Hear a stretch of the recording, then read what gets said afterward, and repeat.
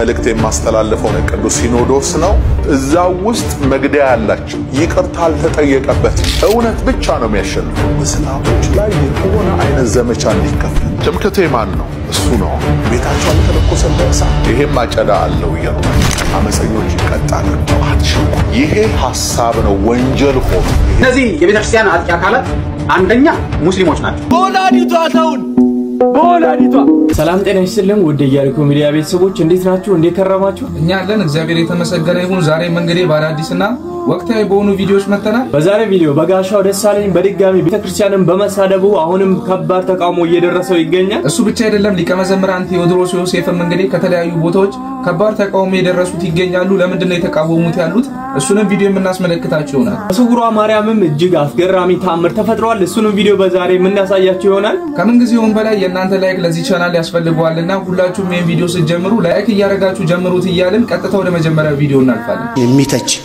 5 ሳንቲም እና 20 ሳንቲም 10 እና 5000 ፎሎወር ለማግኘት አባቶቻችን 10 ቀን በኋላ ደግሞ ሊቃነ ጳጳሳትን የምትሳደቡ ሆናችሁ አባቶቻችሁን የምትሳደቡ አገልጋዮችን የምትሳደቡ ሆናችሁ ፈረንጅ is it fair ይላል ፌር ነው ሙፍቲን ባቻቸውን የሚያከብሩ ስል በደንብ ተረዱኝ አሁን በቃ ሙሉ ንግግር ሐጂ ሙፍቲን እንደዛ ፕሮፋይል ፒክቸር አርጋችሁ የጠየቃችሁ ግለሰቦችና ነፍስ ይማር ያላችሁ ኦርቶዶክሳውያን አባቶቻችሁን ስለ አርሲ ፍትህ መናገር አይተበቀባችሁም የሚል መልእክት ነው ውስጥ ያለው ድምጽ መሆን ቢያቀተ እንዴት ዝም ማለት ያቀታል እዛ እግሩ የተቆረጠ ህፃኑ ልጅ ያንተ ልጅ ቢሆን ሰባት ቦታ የተበሳሳችሁ ልጅ ያንተ ልጅ ብትሆን ዝም ትላለህ እናት አባት እህት ወንድም እዛ እንደ በጅምላ ተጨፈጨፉ በጅምላ ሲቀበሩ ያንተ ቤተሰብኑስ ዝም ትላለህ አንተ ለአገልግሎት በምትሄድበት ጊዜ አልጋ ችሎ እግርና አጥቦ አበልቀ ብሎ ተንከባክቦ ካንተ ጋር ዘምሮ አንተን በሰላም የሚሸኘው ህዝብ እንደዛ ተጨፍጭፎ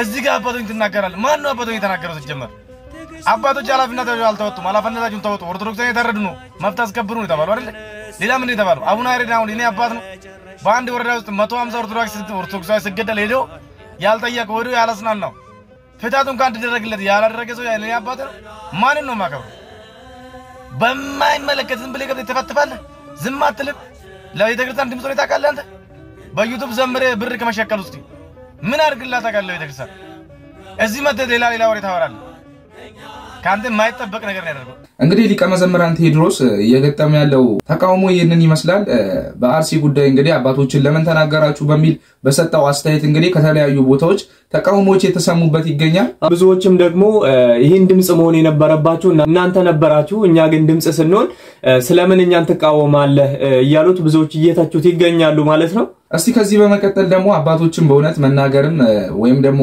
ያልተገባ ንግግር መናገር ተገቢ አይደለም ከዛ አንፃር እስቲ አባቶችን መቼ ነው መጠየቅ ወይስ መቼ ነው ደግሞ መናገር ያለብን የሚለውን የሚያሳይ አንድ ቪዲዮ አለ እስቲ እሱን ቪዲዮ ተካፍለን እንመለስ አንድን አባት በግል ኃጢያቱ መንቀፍ የለብን እኛ አለቆች አይደለን አለቃው እግዚአብሔር ቤተክርስቲያንን በሚጎዳ ነገር ላይ ግን ይፋ ባወጣው ነገር ወይም ተደብቆም ይሁን መክሮ በሚሰራው ተንኮል ቤተክርስቲያን ማህበሩን ለመጉዳት እንገስጸዋለን እንወቅሰዋለን ከማንንም በታች ነው ይሄው እንደማንንም ሰው ነው እንደምን ይከሰሳል ይሄም ቢሆን መስመር አለው ቅዱስ ጳውሎስ ጢሞቴዎስ ቲቶ ምዕራፍ 2 ላይ እንዲላ ለብስ ያላዊም ከመምህሩ ካይበገሰጽኩ እድኩ አንድን ሰው አንድ ጊዜ ሁለት ጊዜ ከነገርከው በኋላ ተወው ይላል ተወው አንድ ጊዜ ሁለት ጊዜ እኛ ጠይቀነው አሉ ይሄንን ሰውዬ መንገር አለብን ምእመን ምኑን አባቶች ካልነገሩ ለሌላ ከፍቶባል ማለት አለብን አንድ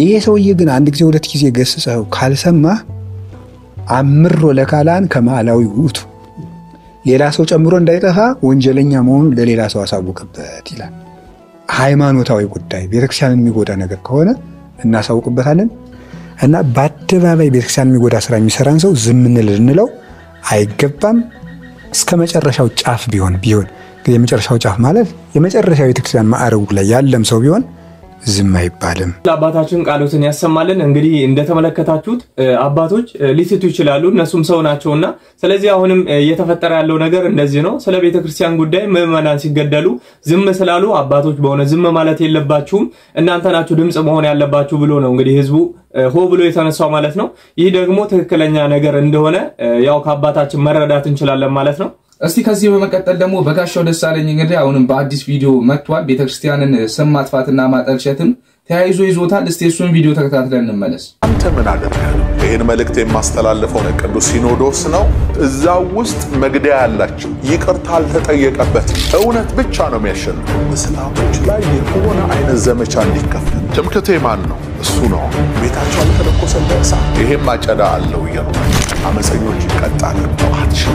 ይሄ ሐሳብ ነው ወንጀል ሆኖ ይሄንን ደግሞ እየቆረጥክ አዳርሰው።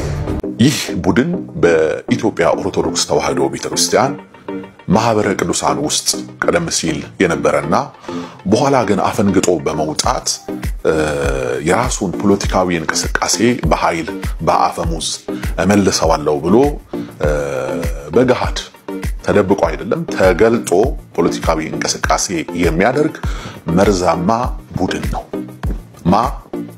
ሞዓ ተዋሕዶ ሞዓ ተዋሕዶ ከሀገር ውስጥ እስከ ውጭ ሀገር ኔትወርክ ነው።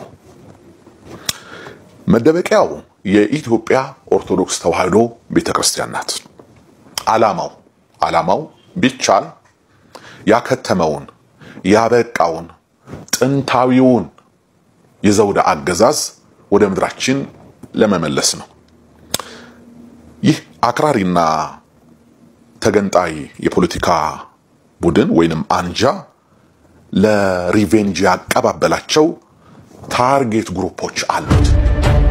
እነዚህ የቤተክርስቲያን አጥቂ አካላት አንደኛ ሙስሊሞች ናቸው። በተደጋጋሚ ክርስቲያኖችን የሚያርደው አብያተ ክርስቲያናትን የሚያቃጥለው ይሄ አካል። ሁለተኛው አዲስ በቀል የሆነው ጽንፈኛ ፕሮቴስታንት። ሶስተኛው የዋቄ ፈና እምነት አራማጆች ናቸው።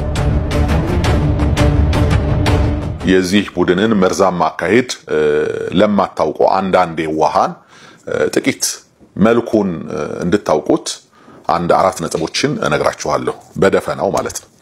አንደኛው ቡድኑ ከሀገር ውስጥ አንስቶ እስከ ውጭ ሀገር ሰንሰለት ፈጥሯል። ሞዓ ተዋሕዶ በመላው ኢትዮጵያ የተዘረጋ ነው፣ ከኦጋዴን ከጎዴ ጀምሮ ማለት ነው።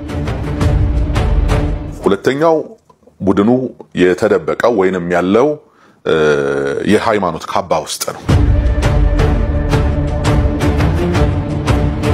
አብይ እንቅልፍ አይኖረውም እኛ ሳያጠፋ እመኑ። አብይ አህመድ የኢትዮጵያ ቤተክርስቲያን አይናችን እያየ እስካላፈረሰ ድረስ አያቆምም። ነገር ግን ማን አይኑር ይግለጥ? ብፁዓን አባቶች አይናችሁን ግለጡ። እነ አቡነ አብርሃም አይናችሁን ግለጡ። አታድክሙን። ከአብይ ጋር ድርድር አትበሉ። ይሄ ነው የሚያደክመው። አባቶች ሰይፍን አንፍራው። በደም ብዛት በስኳር በምንም ይሞታል። የኛ መልፈስፈስ ነው ለአብይ አህመድ ጉልበት የሆነው።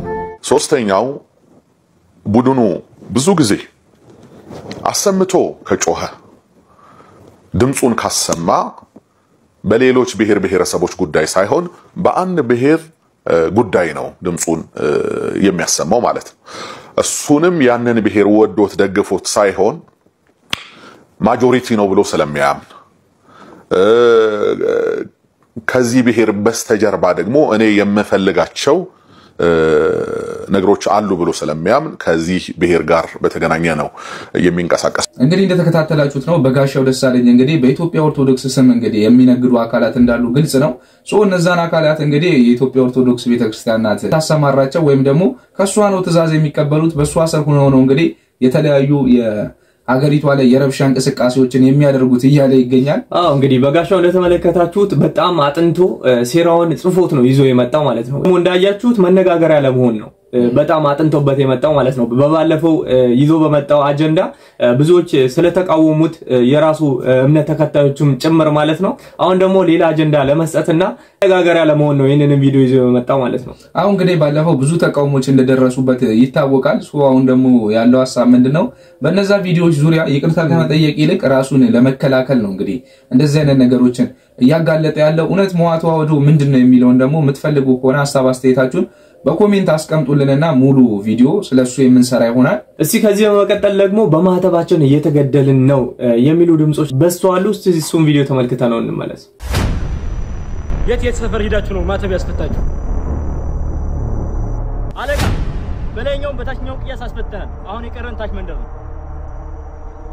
አንተስ ምትለው ነገር አለ? በዚህ በኩል ጨርሻለሁ አለቃ። ጥሩ ሁላችሁም ትሄዱና በታችኛው ሰፈር የቀረውን ሰው ማተብ ታስፈታላችሁ ተግባባን አለቃ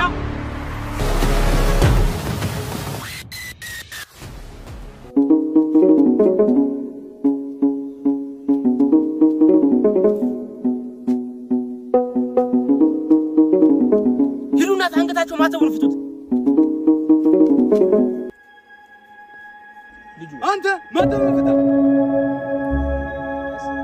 በሞት ይሻለኛል ማተቤን ከፈታ አንገቱን በለው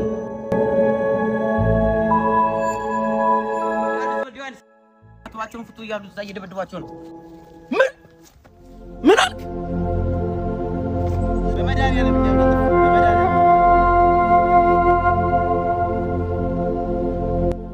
እኛ ምን አጠፋን እኛ ምን በደል እኛ ክርስቲያኖች ምን አደረግን በወላዲቷ ተውን በወላዲቷ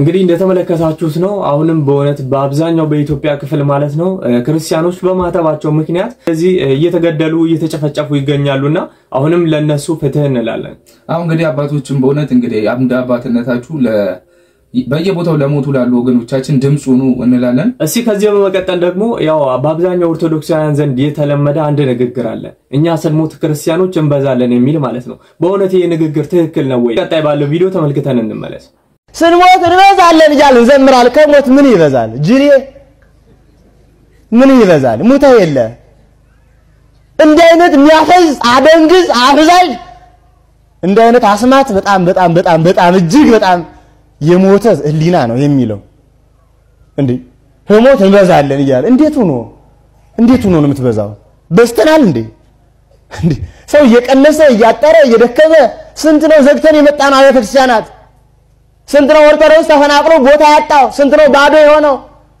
ስንት ነው መዳረሻ ያጣው ስንቱ ነው ባዶ ሆኖ የሚበላው የሚጠጣው ሲያጣ ወደ ሌላ ቤተ እምነት የገባው ስንቱ ነው በጦርስ የሚያልቀው እንዴ ስንቱ ነው ለስደት እየወጣ ባህር የጨረሰው ስንቱ ነው አረቡ ሄዶ ታስሮ ያለው እንዴ ወይቶ ወንድም አይደለችም እንዴ አይደሉም እንዴ እንበዛለን ይላል ዝም ብሎ እንዲህ አይነት ጅልነት እናቁም ማሰብ መቻል አለብን በተማረው ትምህርት ጸንተህ ኑር በክርስቶስ ሃይማኖት ለመጽናት ተምረህ ጸንተህ ኑር ተብለናል አወዛውባቸው የሆነት ኦርቶዶክሳውያን ብርታት ይጠይቀናል ህብረት ይጠይቀናል የበለጠ መግባባት መነጋገር ይጠይቀናል በአንድ ድምጽ መናገር በአንድ አፍ ማውራት አለብን በአንድ አፍ በአንድ ልብ ማሰብ መቻል አለብን አሮን አፍ ይሁንህ አለው ሙሴን አንዱ አፍ አንዱ ልብ አንዱ አይን አንዱ ጆሮ ሆነን እንዳንድ አካል ሆነን መናበብ አለብን እንዳንድ አካል እሱን ነው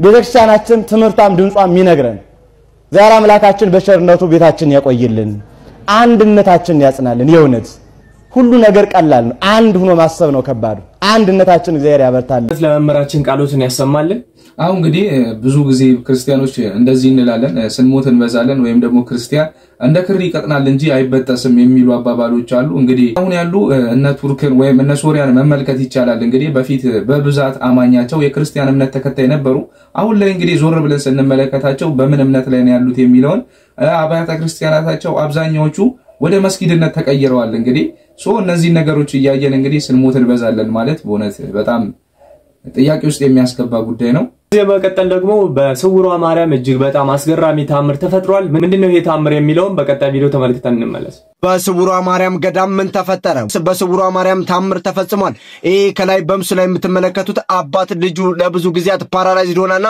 መንቀሳቀስ አቅቷት ነበር ነገር ግን ወደ ስውሯ ማርያም ገዳም በመሄድ በጸበሉ ኃይል ተፈውሳ በኩራት በሰዎች ፊት በመቆሟ ህዝቡ በልልታና በደስታ አባትም እንደምትመለከቱት በእንባ የልጁን መፈውስና የፈጣሪን ድንቅ ሥራ መስክሯል ለተጨነቃችሁ ፈውስና ረፍት ላጣችሁ የዛሬዋ ልደታ ማርያም ድንግል ማርያም ትድረስላችሁ ማየት ማመን ነው ሰላም ለምድራችን ሰላም ለሀገራችን መልካም ቀን ተመኘውላችሁ በእውነት እጅግ በጣም የሚያስገርም ዜና ነው እንግዲህ ይሄ ቪዲዮ ብዙዎቻችን በየሶሻል ሚዲያው ሲዘዋወር ተመልክተነው ነበር አብዛኞቻችንም ምንድነው የሚለውን ግራ ተጋብተን ነበር በጣም በሚያስገርም ሁኔታ ግን ይህ አባት ማለት ነው ልጁ ለረጅም ጊዜያት ፓራላይዝ ነበረች በስውሯ ማርያም ሄዳ ግን እንደዚህ ተፈውሳ ከሱ ጋር አብራ እየተንቀሳቀሰች ነበር ቪዲዮን ስንመለከት የነበረው እንግዲህ የዛሬው ቪዲዮአችንን በዚህ ላይ የምንጨርስ ይሆናል ሐሳብ አስተያየታችሁን እንደተለመደው በኮሜንት መስጫው በኩል አስቀምጡልን እያለን ሰብስክራይብ ያላረጋችሁ ይህን ቻናል ሰብስክራይብ በማድረግ የቻናላችን ቤተሰብ ሁኑ እንላለን ቀጣይ በሌሎች አስተማሪና ወቅታዊ በሆኑ ቪዲዮዎች እስከምንገናኝ ድረስ ቸር ሰንብቱ